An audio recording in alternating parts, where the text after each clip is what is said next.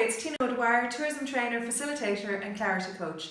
In this blog I'm speaking about sales and marketing, in particular the idea of an omni-channel activation strategy. In a recent blog I shared with you that I was at a very interesting event organised by Ennis Chamber and AIB on the topic of changing trends in retail and hospitality. And I learned so many things on the night, but one of the things that I really took away was insights on the changing path to purchase that both retail shoppers and tourism visitors are going through. So I heard a lot of interesting statistics, in particular from the retail speakers, but I'll share just a quick overview of those. I learned that 81% of shoppers are doing their research online before going in store. But despite that, an awful lot of shoppers are continuing their online research while they're in the store. Still other shoppers do their research in store and then go and shop online, maybe to get a size or a particular type of product. 50% or about half of the shoppers expect to buy online and to be able to pick that up in store, and more than 50% expect to be able to return an unwanted item to the store. So an ongoing theme was that there was a blurring of the lines between the different channels in retail in particular, and that the challenge for retailers was to bridge the gaps between the different channels. And the term that came up again and again over the course of the evening was the idea of an omni-channel activation strategy.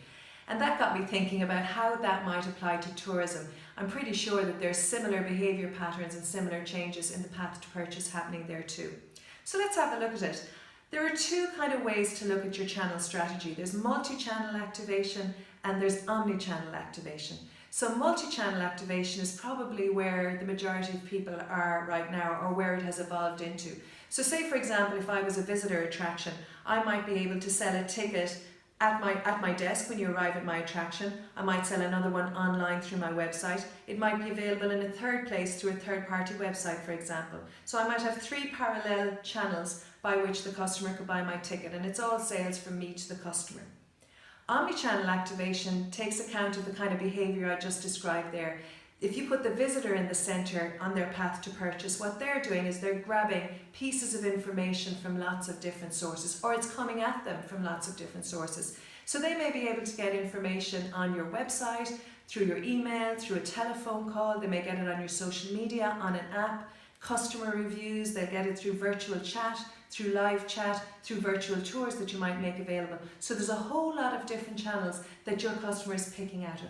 An omni-channel activation requires you as the seller to stand there in the visitor's shoes and look at those moving channels all around them and figure out how you can blur the lines between them and how you can ensure that your business comes across in a cohesive and consistent way across all of those channels. It's no small feat.